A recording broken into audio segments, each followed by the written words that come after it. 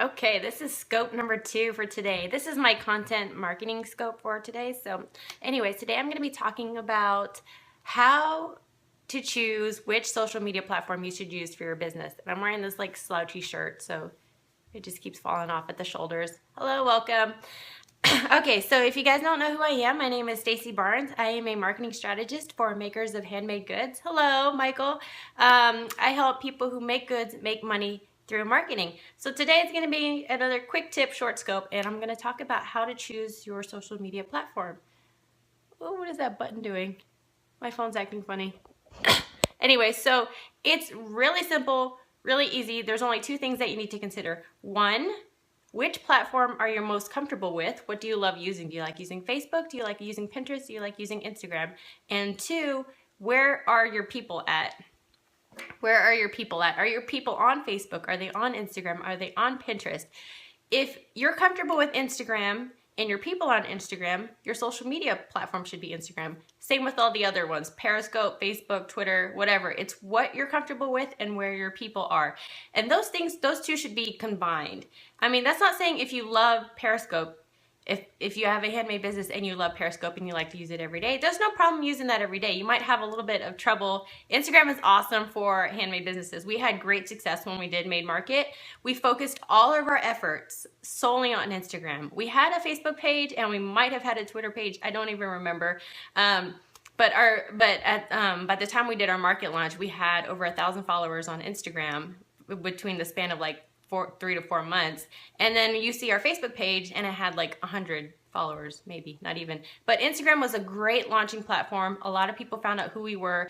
Once you find your platform, once you figure out like, okay, I'm going to be on Instagram, what you want to do is be consistent. Be consistent with posting. Post on a regular basis, post at least once a day, and post content that your viewers, your audience would find interesting. So don't post if you're selling candles or soap or whatever, don't post every day, oh, I have this on sale, oh, I have that on sale, and I have this discount and that discount. What you really want to do is what I like to call, well, it's not really my idea, but it's called the 30-30-30 rule. And this was I heard this about Freshly Picked Moccasins, which is $1 million handmade business, and the founder is Susan Peterson, and she came up with this 30-30-30 rule. And I think it's going to be a great rule of thumb for you whenever you're posting on social media and you're wondering, am I posting too much? Is this enough content, or is this too much content? So 30% of your post should be personal, 30% should be behind the scenes, and 30% can be promotional. So really only 30% of your content on social media should actually be actively promoting your products. So the 30%, the first part, is personal. And why should we have so much personal stuff on our business page, right? So it's because people want to connect with people. They want to know you're a real person, you're a real business. And people relate to stories. They like to, if you follow, I'm trying to think of a good example. There's a Periscoper, this is the only one I can think of off the top of my head, but there's a Periscoper called Chocolate Johnny, and he has this chocolate business, and when he's on, he's talking, I mean, he scopes about his factory, he scopes about the different products that he has in there, but really he's on there, he's connecting with people, he's asking them where they're from, what they're doing, how they're doing, and he talks about kind of the stuff that's going on around the world while he's in his shop, and so his shop is kind of in the background. And so he does a lot of personal stuff, and then he does a lot of behind the scenes stuff where he's actually making the chocolate. He's not actually saying, buy my chocolate, buy my chocolate. But the whole time you're watching, you see the machines going, you see the chocolate pouring, you see the chocolate fondues, you see them kind of making these cool chocolate concoctions, and you're like, wow, that looks delicious. So by the time he does actually promote and say, hey, we're actually having a sale on our chocolate, come by the shop, then you're like, yeah, I really want that chocolate. So that's kind of the goal with social media, is to really get to know the people on your social media platform.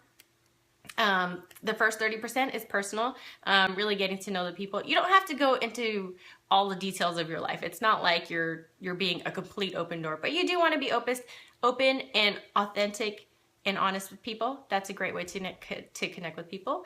And then the other 30% is behind the scenes. If you're making candles, kind of show what it looks like before the finished product is made. People love that. People eat that up. I do personally. I love behind the scenes stuff. And then the last 30% is telling people about your product.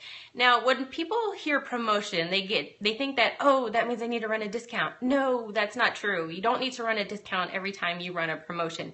You can have a store discount, and I always recommend having some kind of 10% off or 20% off a certain collection or a certain product. That's always good to have kind of on the side. But when you're promoting your product, it's not really, saying that, all my products are on sale. No, when you're promoting your product, you're basically just talking about your product. So, if you have a eucalyptus candle, just talk about the candle. Say it's made with essential oil, eucalyptus essential oil. It's made with all natural soy wax. All of our products are handmade in whatever city you're in.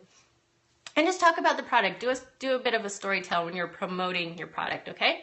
So I hope you guys found this interesting. Remember, when you're trying to choose your social media platform, it should be one that you're comfortable with and one that your people are on. Thank you so much for watching, and I'll see you next time.